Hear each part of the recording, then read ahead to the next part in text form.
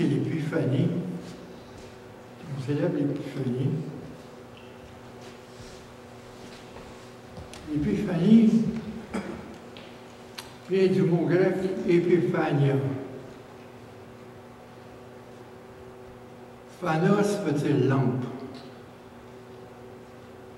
La lampe sûre. Épi veut dire sûr. Phania, c'est lampe.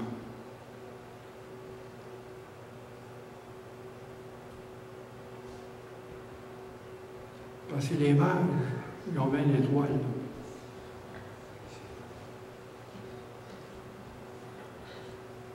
Une étoile qui l'a amené à Jésus. Mais il n'était pas question de Jésus, il était question du roi des Juifs. Parce qu'il ne connaissait pas le nom de Jésus, il cherchait le roi des Juifs. Ils sont venus pour l'adorer. C'était une étoile qui était spéciale. Parce que ces mages-là, ils venaient de Perse, aujourd'hui l'Iran. Et ce sont des sages qui conseillaient des rois. C'est des astrologues, des hommes de science, des érudits. Et eux ont cherché à travers des Écritures, parce que dans la Perse, il y a encore des Juifs qui étaient là. Ils cherchaient des Écritures, puis ces mages-là, ces hommes sages, ils ont trouvé à travers les Écritures qu'un roi des Juifs était pour naître. À travers les prophètes. Ils ont vu une étoile. Qui n'ont jamais vu, c'était les astrologues. Puis ils se sont demandé, ils ont fait des recherches sur cette étoile-là.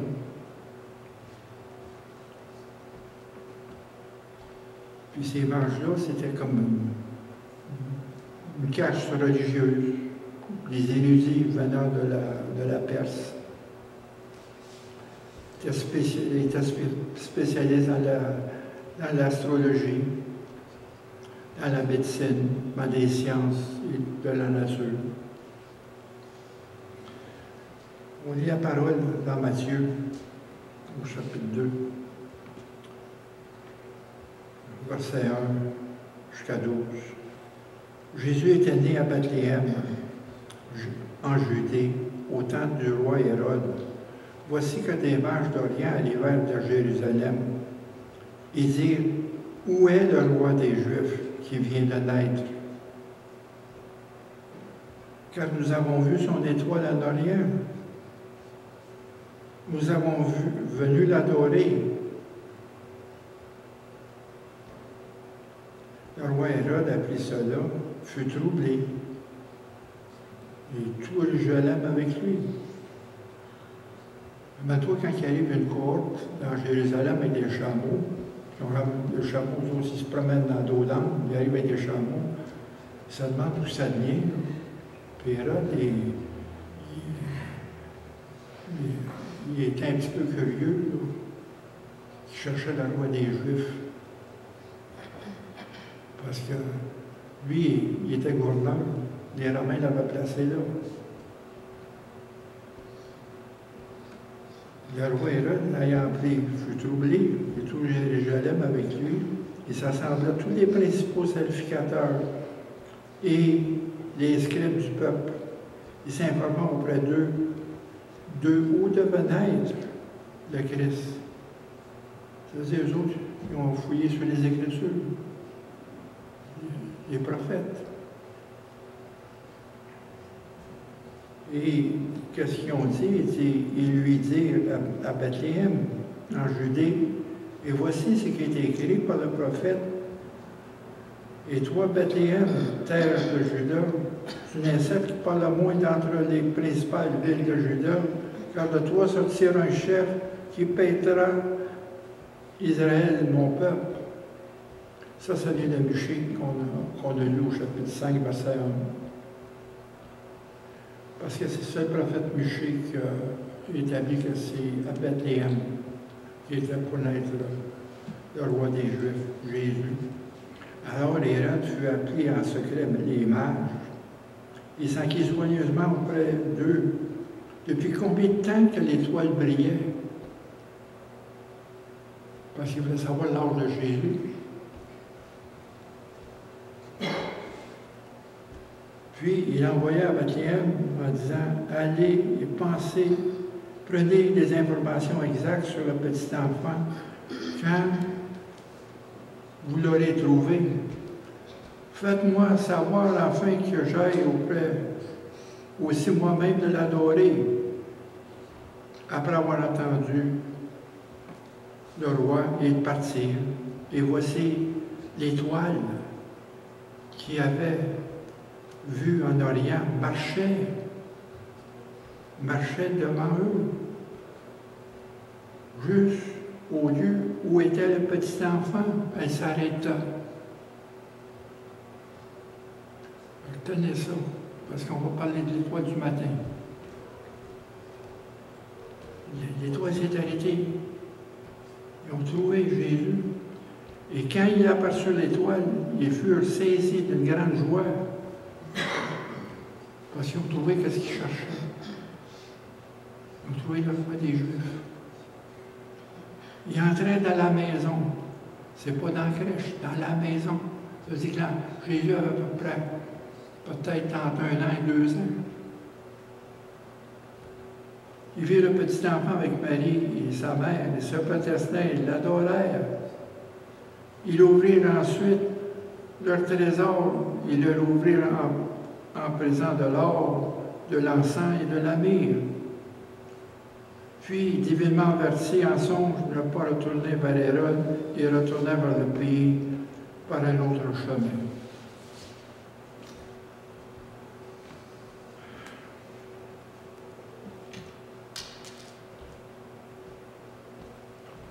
Bethléem, c'est le lieu de la naissance de David.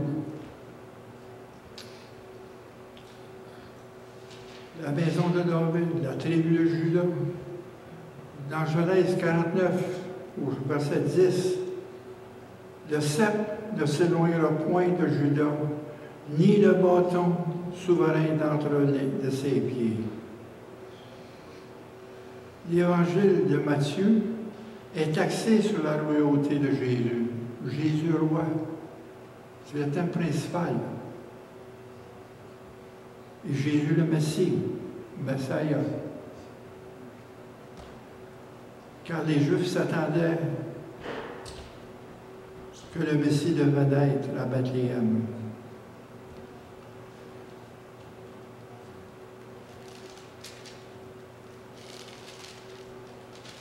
Dans Jean, au chapitre 7, c'est là qu'il discutait, versets 40 et 41 et 42, les gens de la foule ayant entendu ces paroles, pour l'en dire de Jésus, celui-ci est vraiment le prophète. Et d'autres disaient, c'est le Christ. D'autres disaient, est-ce que bien de Galilée que doit venir le Christ? L'Écriture ne dit pas que c'est la postérité de David et du village de Bethléem, où est David, que le Seigneur doit venir. Il se questionnait.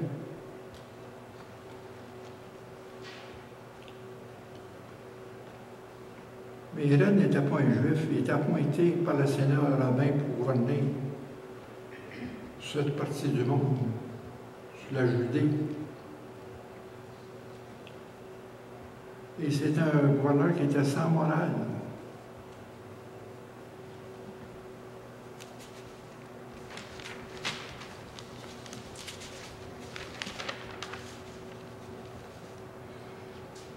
Parce que quand on parle des rois des Juifs, ils cherchaient le roi. Ça a affecté Hérode. Ça l'a énervé.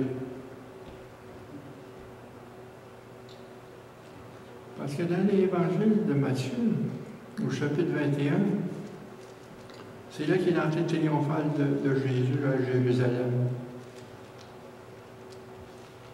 Dans le verset 5, Il dit, dis à la fille de Sion, voici, le roi vient à toi. C'est pour ça qu'il disait aux Adam, fils de David. Ils l'ont accueilli. Ça, c'est une semaine avant qu'il soit crucifié. Ils l'ont reçu comme un roi.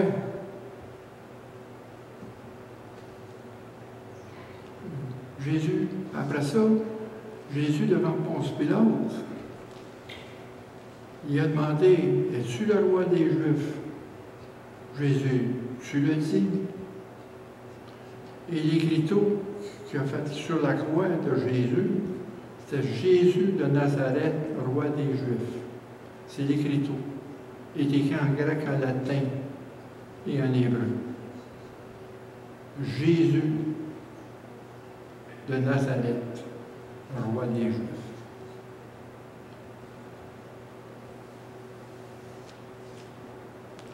Puis dans le psaume 89 qu'on a lu tout à l'heure,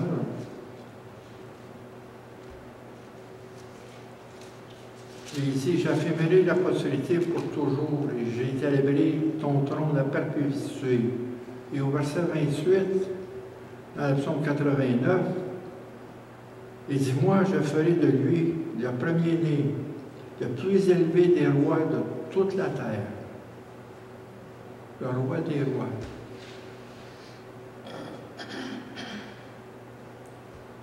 Parce que dans le prophète de Daniel, les rois perses, et les rois des Médès, le roi de Babylone, ils reconnaissaient le Dieu de Daniel. Là.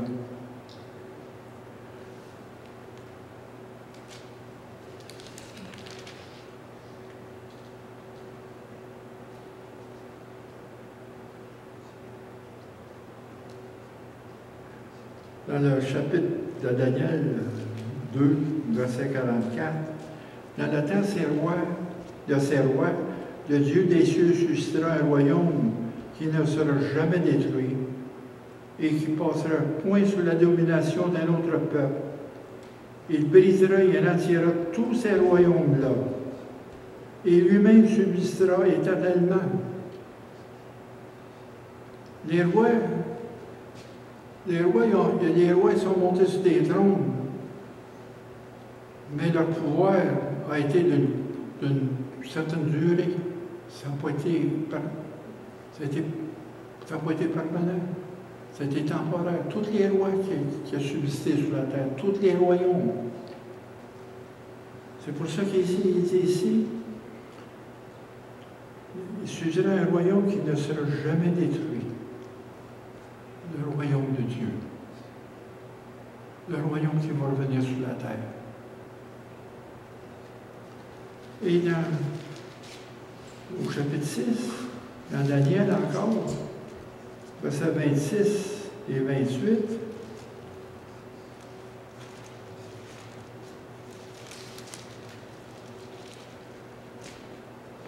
ça c'est le roi Darius. Il dit, j'ordonne dans tout l'étendue de mon royaume qu'on ait la crainte et la frayeur pour le Dieu de Daniel. Car il est le Dieu vivant, il subsiste éternellement et son royaume ne sera jamais détruit et sa domination il ira jusqu'à la fin, durera jusqu'à la fin. Le roi Darius, un roi perse, qui régnait sur un royaume, il a connu le royaume de Dieu, il a connu le Dieu de Daniel. C'est pour ça que ces mages sont venus adorer un roi. Parce qu'ils viennent de Perse. Il y a un roi qui est né. Puis ce roi-là, c'était Dieu. C'est pour ça qu'ils sont venus l'adorer. Ils sont prosternés devant eux. Puis les rois sont montés à tombe, c'est comme dans les Romains.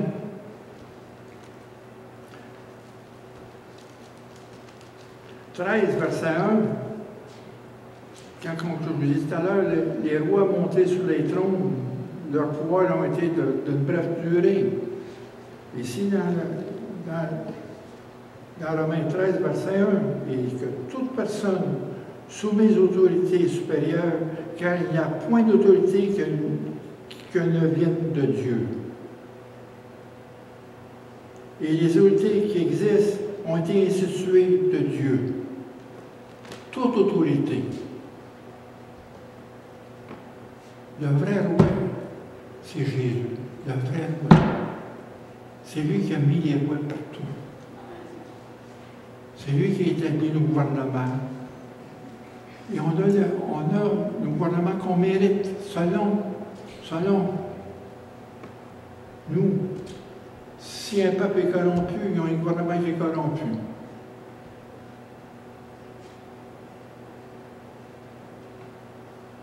C'est ça que Jésus est le roi des rois.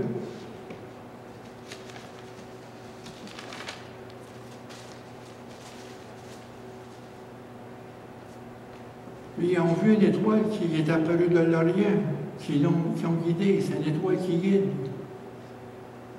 C'est la même chose que l'étoile qu'on a en nous, Jésus. On a son étoile. C'est lui qui nous guide.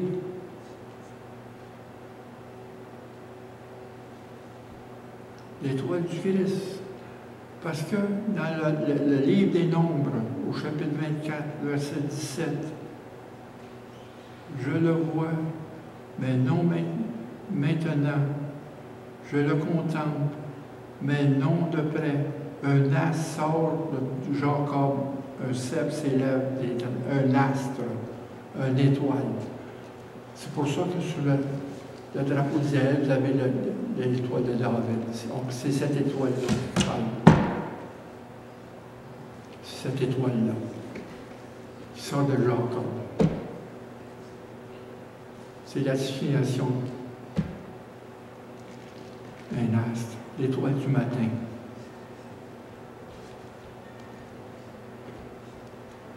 C'est des signes, ça a été des signes, des phénomènes surnaturels, cette étoile-là, qui a dirigé les mages, qui a donné une orientation, puis ils les ont mis dans une situation, ils les ont situés, c'était Jésus. C'est la même chose avec l'étoile qu'on a en nous.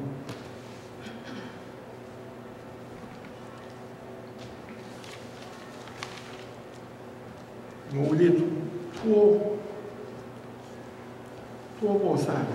Dans Apocalypse 22, 16. Moi, Jésus, j'ai envoyé mon ange pour vous attester ces choses dans les églises. Je suis le rejeton, la postérité de David, l'étoile brillante du matin. L'étoile du matin. On voit qu'est-ce qu'il y a, c'est l'étoile du matin. Et dans 2 Pierre, au chapitre 1, verset 19, nous tenons pour autant, pour certains,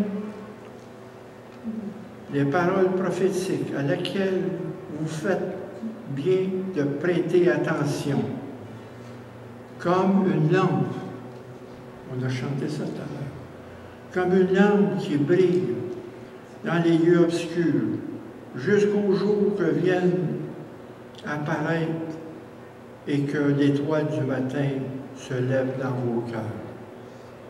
Alléluia. L'étoile du matin.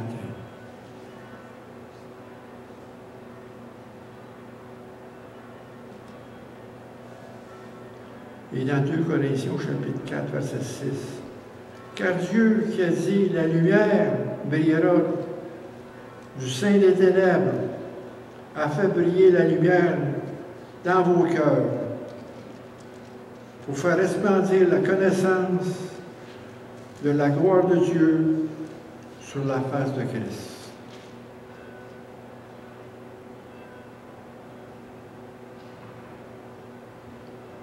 Tu sais, ça nous montre un contraste entre les philosophies humaines et la parole de Dieu, qui cherche un sens à la vie.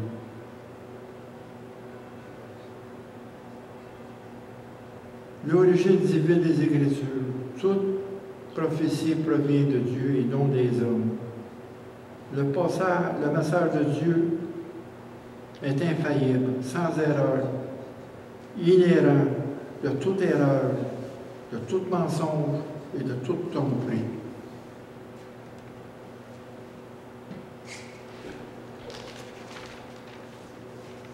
La lampe qui brille dans les lieux obscurs. l'étoile du matin s'élève dans nos cœurs.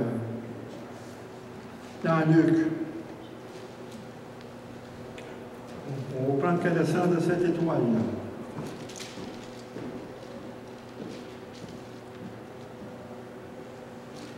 Dans Luc, chapitre 1, versets 78 et 79. Grâce aux entrailles de la miséricorde de notre Dieu, en vertu de laquelle le soleil levant, c'est l'étoile du matin, le soleil levant, nous a visités d'en haut pour éclairer ceux qui sont assis dans les ténèbres et dans l'ombre de la mort, pour diriger nos pas dans le chemin de la paix. Cette étoile-là est un guide pour nous. Quand on parle de soleil levant, il faut comprendre que Jésus, il a eu son ascension sur le mont des Oliviers. Il allait prier là sur le mont des Oliviers. Puis il va revenir sur le mont des Oliviers. Vous savez que le mont des Oliviers et le soleil qui se lève du matin, le soleil levant, est en ligne avec le temple, le Saint des Saints. En ligne parfaite. Le Saint des Saints, le sanctuaire, est en lien avec le jardin des Oliviers et le soleil levant à l'est. C'est là que Jésus va revenir. Il va revenir là, de l'est, sur les monts, le soleil levant.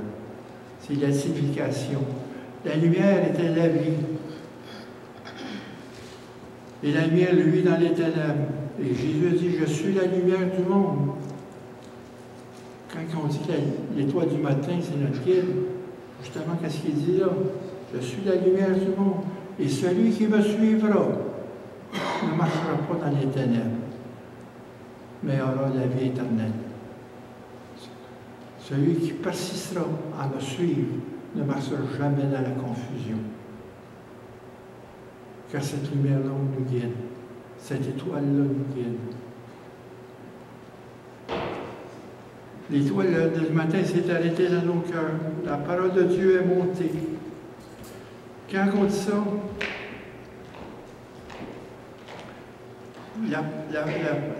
l'étoile du matin s'est arrêtée dans nos cœurs, source de joie. La parole de Dieu est montée. C'est que on marche par l'esprit. On est dans l'esprit, on est dans la chambre haute. Et non pas dans la chambre basse, qui est la chair. Comme les apôtres, et Marie et tous les disciples étaient dans la chambre haute, attendaient l'esprit, la puissance de l'esprit. Ils étaient là, ils priaient. C'est dans la chambre haute.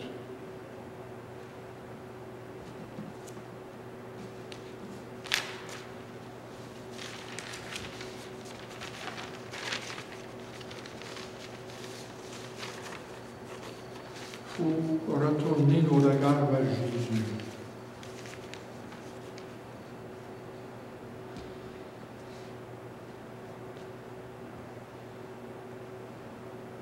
J'aime cette thème en anglais.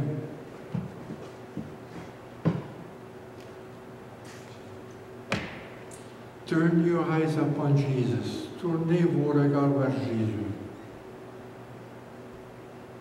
Turn your eyes upon Jesus. Look full in his wonderful face. Regardez sa face. Car la loi prie en lui. And the thing of earth will go strangely dim in the light of his glory and grace. Les choses de ce monde, c'est rien comparé à sa gloire. Il est notre roi. C'est lui qui est le roi. Il est au-dessus de toutes choses, il est avant toutes choses.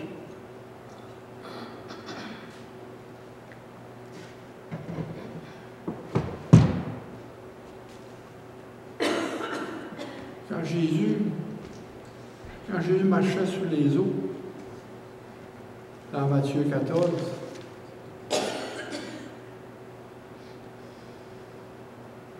Pierre, il était prompt. Il dit, moi je sors du bateau, on va aller vers lui. Jésus dit, viens. Il a commencé à marcher. Il avait ses regards, mais à un moment donné, il a enlevé ses regards de Jésus, puis il a regardé les vagues. Il a commencé à cailler. Il a commencé à cailler. C'est un peu dans notre vie, ça. On peut prier dans des états, dans des angoisses,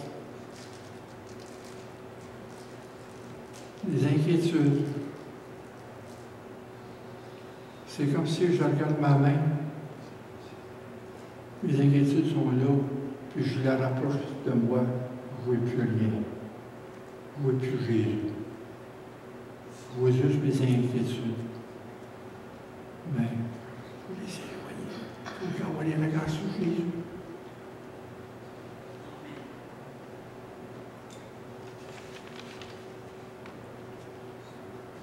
La seule affaire que je peux faire pour Jésus, c'est de dire Alléluia. Louer l'Éternel. Alléluia. La seule affaire que je peux dire, Alléluia. Alléluia. Tu es ma fondation. Et je peux te dire, Jésus, que j'ai confiance en toi. Ma pleine confiance.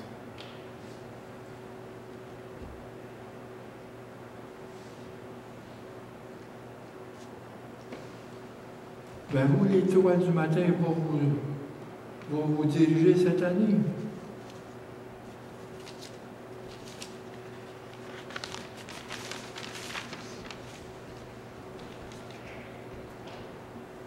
Parce que les mages, ils ont découvert la loi des Juifs. Ils sont prosternés, ils l'ont adoré, ils ont donné des offrandes. Ils ont donné de l'or pour un roi, de l'encens pour un dieu, et de la myrrhe pour l'abonnement royal.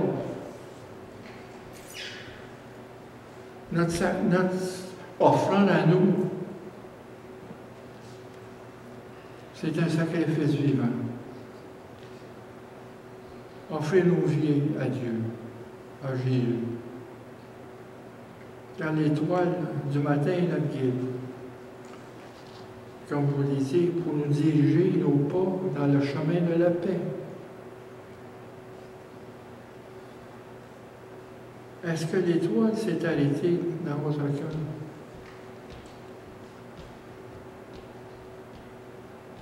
Faites-vous confiance à Jésus? Dans l'Ecclésiaste, au chapitre 3, verset 10, il dit, j'ai mis dans le cœur la pensée de l'éternité. Il a tout mis ça dans l'homme, la pensée de l'éternité qui avait quelque chose de plus grand. C'est impossible que quelqu'un soit athée. Parce qu'il veut se retourner, il veut se fermer les yeux. Tout simplement. Parce qu'il sait quelque chose dans Dieu. Dieu a mis un ceinture, il a mis une pensée de l'éternité dans toute être vivant. Quelque chose de plus grand.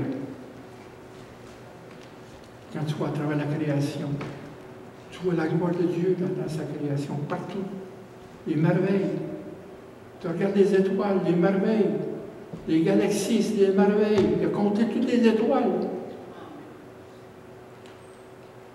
Et l'homme cherche encore à aller plus loin dans le trou noir. Impossible. Il ne trouvera jamais ça. Parce que ça appartient à Dieu. Tu ne peux pas. Dieu a mis des limites pour l'homme. Pour connaître ce qui est dans l'espace. Parce que l'homme se prend pour des yeux, ils font comme une tour à Babel, ils montent avec des briques pour rejoindre Dieu. C'est ça qu'ils cherchent à faire. Mais le Dieu, Jésus est dans notre cœur. Pas besoin de monter en haut. Il est là. Il est là. Je n'ai pas besoin de la cathédrale. Je n'ai pas besoin d'aller faire ce qu'on appelle la marche de Compostelle. Je le fais chez nous. La Maroche, sur Maroche.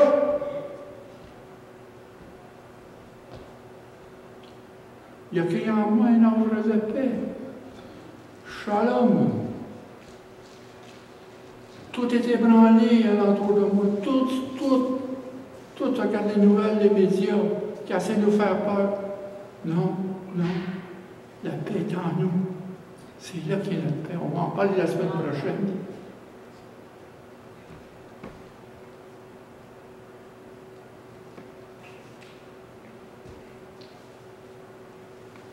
Puis là, Isaïe, au chapitre 55, verset 6, « Cherchez l'Éternel pendant qu'il se trouve, invoquez-le, tandis qu'il est prêt. » Et dans Jérémie 29, 13 et 14, « Vous me chercherez, vous me trouverez, si vous me cherchez de tout votre cœur. Je me laisserai trouver par vous, dit l'Éternel. »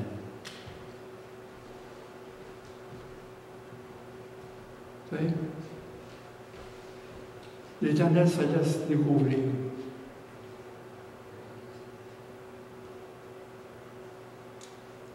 Il faut chercher avec notre cœur. C'est ça, chercher l'étoile du matin. Le chercher à tous les jours. C'est quelque chose de constant. C'est pas juste aujourd'hui. C'est toujours. C'est à tous les jours. Dans nos prières, il faut rejoindre Dieu en haut, il faut s'élever vers Dieu. Et lui vient à nous. On communie avec le Père et le Fils par le Saint-Esprit. On communie. C'est ce que Jésus a prié dans Jean 17, la communion avec le Père. Jésus est venu pour qu'on connaisse Dieu. Il nous a emmenés à Dieu. C'est cette étoile-là qui nous a emmenés à Dieu.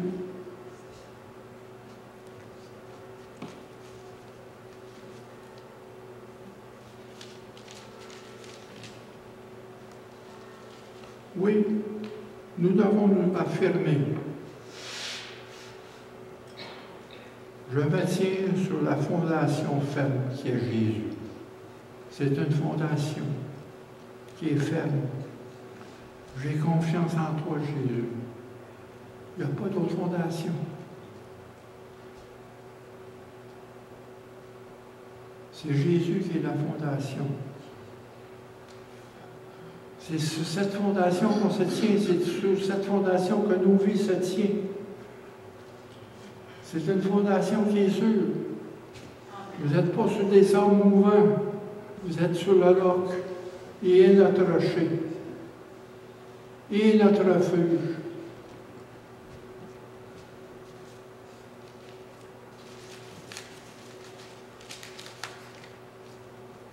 Tout pour garder nos regards sur Jésus. Comme il dit dans Hébreu 12, fixez vos regards sur le chef et le consommateur de la foi. Ça veut dire l'auteur de la foi. C'est lui qui a donné la foi, c'est lui, c'est l'auteur. C'est lui qui va parfaire notre foi, le consommateur. Qu'est-ce qui commence en nous, il va le finir. La foi, c'est lui qui nous l'a donné. La foi ne vient pas de là, elle vient du cœur.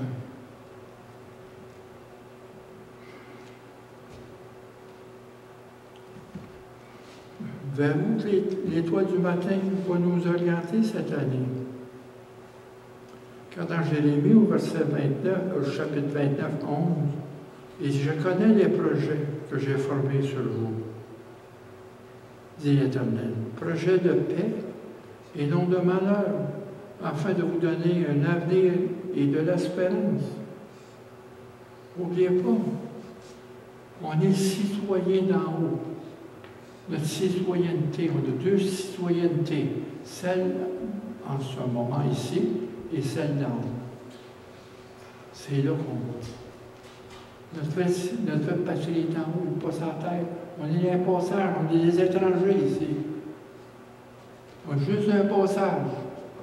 Parce que Dieu nous a mis à part du monde. Il nous a fait saints. Et on s'affectionne avec les choses qui sont en haut et non avec les choses qui sont sur la terre. C'est d'en haut qu'on prie et non de la terre. Quand tu es avec Jésus, tu es avec Jésus en haut pour prier.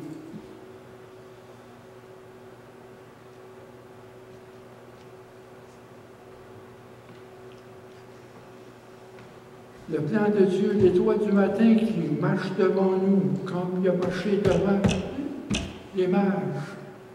Il a vu que l'étoile qui marchait, mais c'est l'étoile du matin qui marche, parce que Jésus marche devant nous. C'est lui qui fait le chemin pour nous. Il est le chemin. Le seul chemin, c'est Jésus. Il est la vérité. C'est parce que sa parole, c'est une lampe pour nous. Une lampe à nos pieds et la lumière sur nos sentiers dans ce monde-là. Et cette lumière-là, c'est notre vie. C'est la vie éternelle. Cette lumière-là nous a donné la vie. L'étoile marche devant nous. Il va nous conduire à la destination qui est la maison de Dieu. Là que Jésus nous prépare une place avant qu'il revienne nous chercher. La destination est en haut. C'est pour ça que je vous dis, la mort, ce n'est pas une destinée, c'est juste une transition. Pensez à ça, une transition. Pour ici, en haut. C'est une transition, c'est ça qui est l'amour. Il vient chercher ton âme. Pouf! Il envoie l'ange te chercher. Il envoie son ange te chercher. C'est l'ange qui monte en haut, qui est vêtu d'un linceul blanc, avec tous les saints, qui est en haut, en attendant le grand événement de Jésus, l'enlèvement de l'Église, la résurrection des corps, la rédemption finale.